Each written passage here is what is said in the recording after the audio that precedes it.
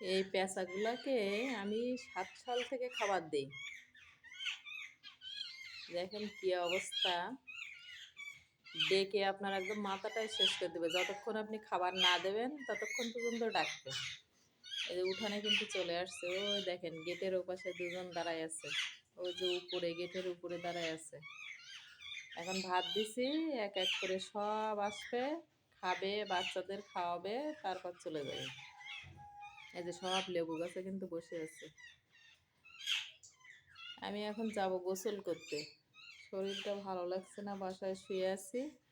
ওনারা এসে এত ডাকতেছে, মানে খাবার দিতে আজকে ভুলে গেছিলাম, খাবার দেয়নি। এখন খাবার দিছি, এই যে সব একে একে আসতেছে। অনেক পাখি আসে আপনার, এখন আসবে চড়াই, আবার শালিক পাখি আসবে, আর পেঁচা, এই 3 রকমই বেশিরভাগ আসে, আর ঘুঘু আসে। আজকে তো দেখছি ঘুঘু আসেনি।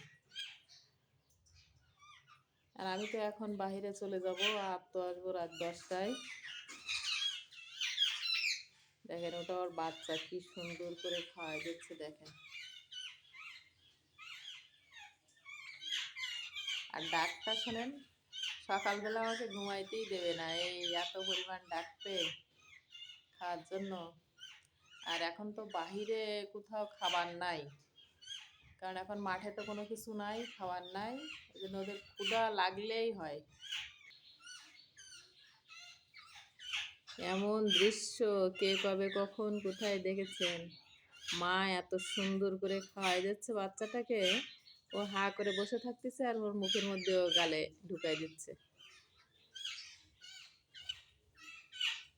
যখন আপনার মন খারাপ থাকবে, তখন এই দৃশ্যগুলো দেখলে আপনার মন ভালো হয়ে যাবে।